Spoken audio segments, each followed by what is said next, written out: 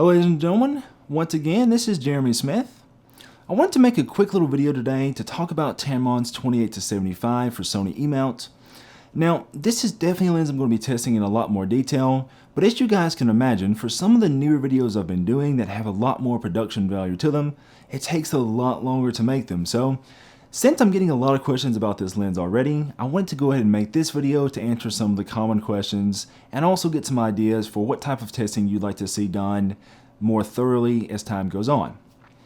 The first thing that everyone keeps on asking about is the new firmware update for this lens. Now, a lot of users had a lot of issues with focus with this lens. Most people seem to be having issues with the autofocus in video. A lot of users were still reporting issues in still photography as well. I can tell you guys that whenever I tried this lens, I noticed issues in stills and video shooting. As a matter of fact, I noticed so many issues in still photography that I haven't even gotten to testing the video autofocus performance at all yet. I tried initially on my A9 and my A7R III. I even tried 2 different copies of this same lens and I had the same issues. Now, all it's not lost though, because after the firmware update, the lens has performed much better.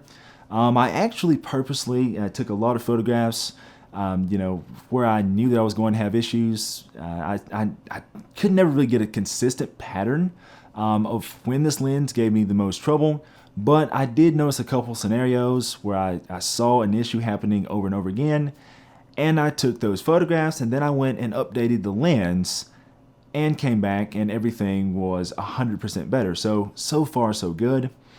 The next thing that people ask me about with this lens is the focal length. A lot of people say, well, it's a 28-75 versus like a 24-70. And with me being more of a landscape, I'm obviously tired. I'm not a landscape photographer. With me not being a landscape photographer and being more of a portrait photographer, I often don't think about the wide end of these lenses. But if you do like to do anything wide, 24 versus 28 is quite a difference. The upside though to this lens being 28mm versus 24 is that allowed Tamron to make this lens much smaller and lighter. If you compare this lens to some of the other common mid-range offerings like the 24-105 f4 and the 24-70-2.8, the 24-70-2.8 is an 82mm filter size, the 24-105 is a 77.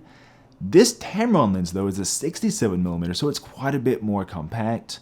And it's also much lighter than the other 2 lenses, so that's definitely an upside.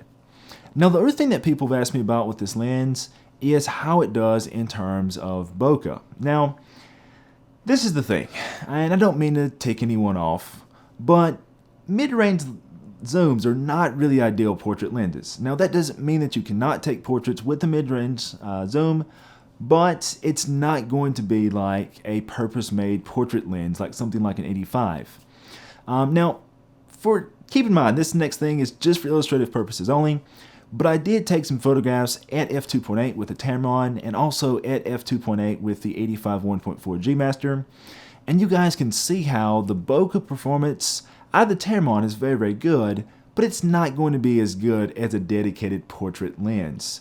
Bokeh is not just a product of the aperture, but it's also a product of the lens design itself. So you guys can notice that this 28-75, the bokeh is not nearly as smooth. The specular highlights are a lot more defined. Some people refer to this as a soap bubble effect. So just know that it's not a purpose-made portrait lens, but neither are any of the other mid-range zooms. So, keep that in mind.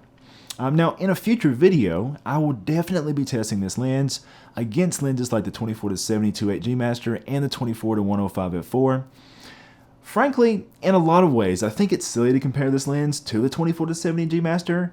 It's like, wow, isn't that a duh moment that a $2,000+ lens is going to do better than a like $800 lens? But anyways, I'm going to compare them anyway because they are kind of in the same range. The part that I'm most interested to see though is how this Tamron does compared to Sony's 24-105 f4. I feel like that's a much better. I feel like they're much more evenly matched. I feel like the price is a lot closer, etc. If you guys want to see me test this lens against any other lenses, write me in the comments below and let me know, and I'll see what I can do as far as rounding up all the lenses. The other thing that I looked at on this lens was build quality. And this is something I think that a lot of people are giving this lens a hard time for. It does have weather sealing. It does have a rear seal at the mount. No, it does not feel like a G Master lens or something like that. No, it does not feel like a Sigma Art Series lens. But at this price point, it's not going to. And I think anyone is delusional if they think that this lens is going to feel as solid as a $2,000+ G Master or something. That's just silly. But I think that for the $800 price point, it's a very, very well put together lens. The lens hood is a little bit chintzy, but once again, at the $800 price point, I think that's something that can be forgiven. The only thing physically that I'd like to see a bit different on this lens is I really, really wish that it had an autofocus and manual focus switch.